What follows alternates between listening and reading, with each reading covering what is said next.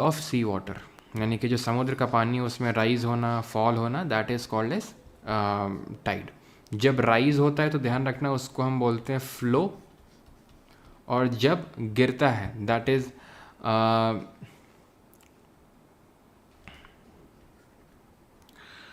Reside करता है, recede not reside, recede करता है फ्रॉम द शोर लाइन, उसको बोलते हैं एब।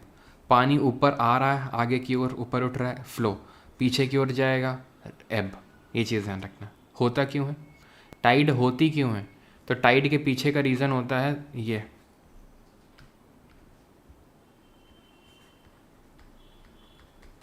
Gravitational pull of sun and moon. जो सन है और मून है अपना ग्रेविटेशनल पुल लगा रहे हैं, प्लस दूसरा फोर्स है सेंट्रीफ्यूगल फोर्स।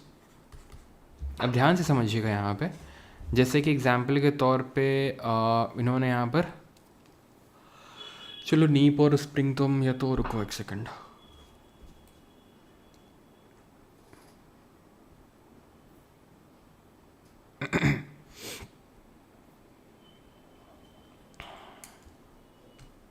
यहाँ पे देखना। तो ऐसा कुछ होता है कि जैसे मान लो कि ये सन है, सन तो कभी किसी के बीच में आता नहीं है, ये मून है और ये अर्थ है। चाहे आप लूनर इक्लिप्स ले लो चाहे सोलर, जैसे ये एक केस है, ये कौन सा केस है, लूनर इक्लिप्स का कि सोलर का, सोलर का केस है। मून जो है ज़्यादा पास होता है अर्थ के, भले यहाँ पर थोड़ा सा वैसा लगे लेकिन ठीक है। अब वो तो दिख ही रहा है साफ साफ कि सन कितना दूर है अर्थ के और मून कितना पास है अर्थ के। तो मून क्या करेगा, मून ग्रेविटेशनल पुल लगाएगा, सन भी लगाएगा अपना ग्रेविटेशनल पुल, लेकिन किसका ज़्यादा होगा, मून का। क्यों, क्योंकि बहुत पास में, तो मून का ग्रेविटेशनल पुल ज़्यादा होगा। तो जो इधर का पानी है वो ऊपर इधर की ओर उठेगा।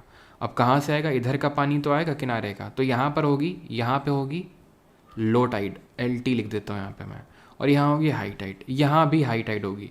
यहाँ से कौन खींच रहा है, यहाँ कोई खींच नहीं रहा, यहाँ पे लग रहा है सेंट्रीफ्यूगल फोर्स। तो जो यहाँ पर बन रही है that is due to gravitational pull, और यहाँ जो बन रही है सेंट्रीफ्यूगल फोर्स की वजह से। एक और केस लेते हैं, ठीक है।